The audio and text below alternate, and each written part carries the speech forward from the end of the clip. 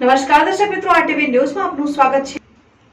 પાટણ ખાતે આવેલ શ્રી કાંકરેજ વિભાગ જાગીરદાર રાજપૂત કેળવણી મંડળની બેઠક યોજાઈ।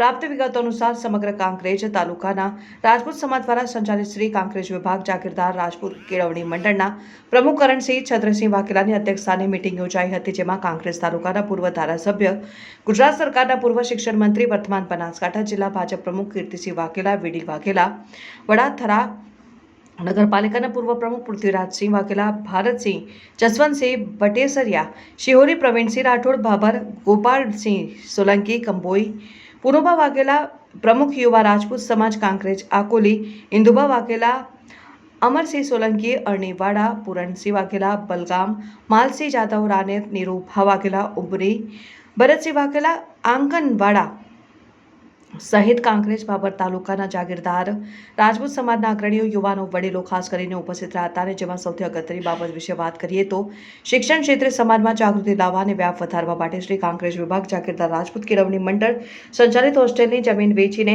અન્ય કોઈ જગ્યાએ હોસ્ટેલ શિફ્ટ કરવા માટે ચર્ચા વિચારણા કરવામાં આવી હતી। અને નવલી નવરાત્રિના પ્રથમ દિવસેમાં ભગવતીનું હવન, પૂજા અર્ચના, વંદના, આરતી કરવામાં આવી અને પછી ઉપસ્થિત મહાનુભાવો દ્વારા પોતાના વિચારો રજૂ કર્યા હતા અને દરેકને નવરાત્રિ પર્વની શુભેચ્છાઓ પાઠવવામાં આવી હતી। રાજપૂત સમાજના યુવાનો, યુવતીઓ માટે શિક્ષણ ક્ષેત્રે કારકિર્દી મેળવી ખૂબ આગળ વધે તેવી શુભેચ્છાઓ પાઠવી હતી। અહેવાલ શ્રી વિકે ડાભાણી, આરટીવી ન્યૂઝ।